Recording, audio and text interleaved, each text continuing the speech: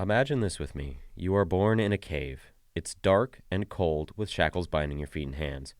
You cannot see anything except the men bound beside you and some shadows cast upon the wall in front of you in a dim light. This is your life.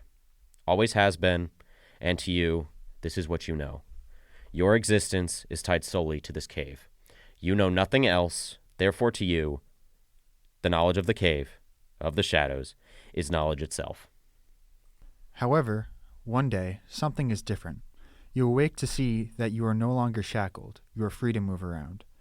You are then led upwards to find the source of the shadows, statues and puppets held in front of a small fire. However, to your poorly adjusted eyes, even this dim light is painful.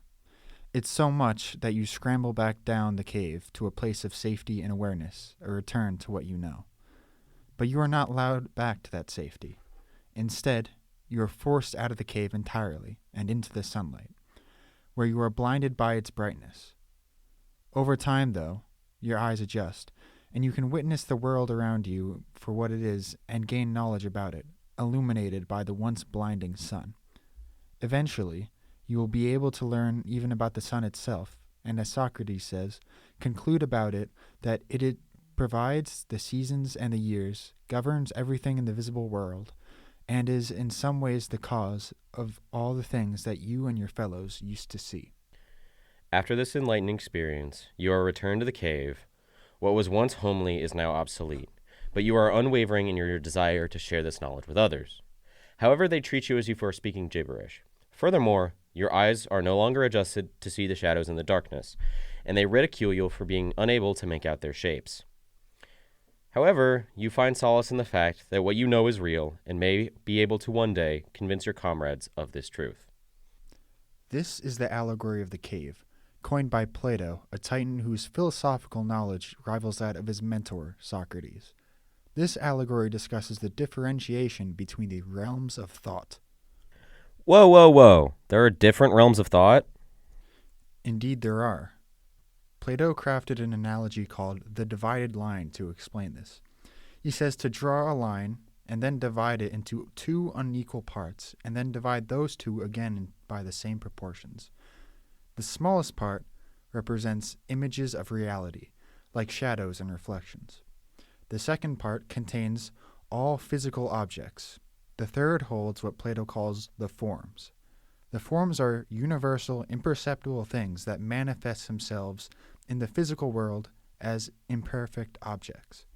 For example, the form of the triangle manifests as a drawing of a triangle on a wall, or the triangular frame of a building, even though these things are not perfect triangles themselves. The final and largest segment of the line is how the forms relate to and are differentiated from each other. I see. It would appear then that there are two different realms. One must be the physical, which is represented by the two smaller segments of the line. This realm is characterized by things that we can see and interact with. A prime example of this is things that we can hold and perceive. For lack of a better term, these are things that exist. They exist, and we can hold them and perceive them, and in that perception, we know what they are. This is paired with the intelligible realm, things that do exist. However, unlike concepts and things within the physical realm, they are incapable of interacting with the physical.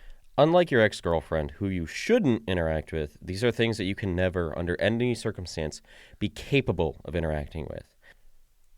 Think of things such as math, biology, and physics. These are things that you can understand and see, but you can never interact with. This is shown within the allegory, with the cave itself being the physical realm, with them being able to perceive and interact with the shadows and those around them. It's perceivable, but it is limited to what one can perceive. So, according to Plato, one needs to understand the knowledge of the intelligible realm to have true knowledge, and one cannot rely on the physical realm itself to be truly knowledgeable. That seems correct. So what do we think about what Socrates is saying here? While we do believe that what Plato says about the nature of knowledge has some application to the real world, we ultimately reject what Plato is saying about the forms in an intelligible realm separate from the physical one that we live in. Well, why? What is wrong with the theory of the forms? To me, the idea of the theory of the forms, and specifically the idea of the intelligible realm, is an allure to divinity. As someone who's Christian and has read many different scriptures on this fact, I do not believe that the intelligible realm is something that is entirely separate from the physical realm, rather something that we are able to perceive. Within the allegory itself, it is deemed that the intelligible realm is something that is incapable of both perception and interaction, when in reality, at least according to us, the realm itself is something that we can perceive, not interact with. I believe that core difference is the main reason that the allegory of the cave falls short of what we deem it to be and is not a true allegory for our modern society on every single level. I didn't know you were that heated about it. Yeah, but back to the point. Other than the allure to divinity, what else could be said about this allegory that detracts from the value that it holds when discussing the ignorance of limited knowledge in our society, even now?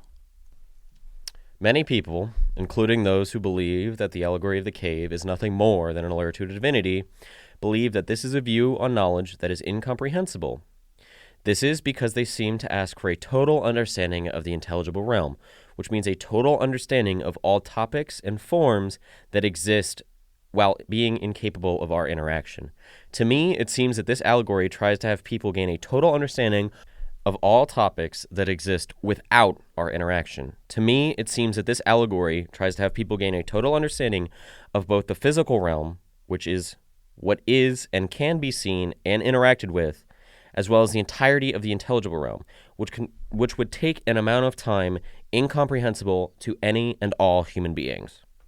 So then why were they so steadfast within their ideas that one has to understand this to attain true knowledge, what Socrates dedicated his life to try and find? This is a tougher question to answer, because to me, it seems to be a have your cake and eat it too type of thought. According to Socrates, he was the wisest, as decreed by the oracle of Delphi, but to him, he knew nothing, and to Plato, he also knew nothing. Therefore, everyone else is dumb and also knows nothing. So if everyone knows nothing, but you are the wisest, that doesn't really make sense to me. That's all I really have to say, trying to save a massive rant about that for another time. Good choice. But there are still some things about knowledge and how we are able to perceive everything that are reflected correctly within this allegory. Indeed. Even though we reject the idea of a separate, intelligible realm, there is much more to our physical world than meets the eye. Things such as atoms and cells cannot be easily perceived directly by humans, so we have needed to resort to things other than our base senses to observe the truth of the universe, just like how Plato claims that we cannot rely on our senses to gain the truth of the intelligible realm. The allegory of the cave also relates to how our society often views new and deep knowledge. In the allegory, when the person who has been outside the cave returns to educate his fellows on the real world, they do not believe him and make fun of him for no longer being able to see the shadows on the wall as easily. Throughout history, society has rejected new discoveries and ridiculed those who made them, only for those discoveries to be proven right later on. No matter how enlightened our society may become, there will always be people who reject great ideas due to their inability to understand them. Just like the people in the cave were unable to understand the real world or the intelligible realm because they themselves did not fully understand it. Like that one uncle at Thanksgiving.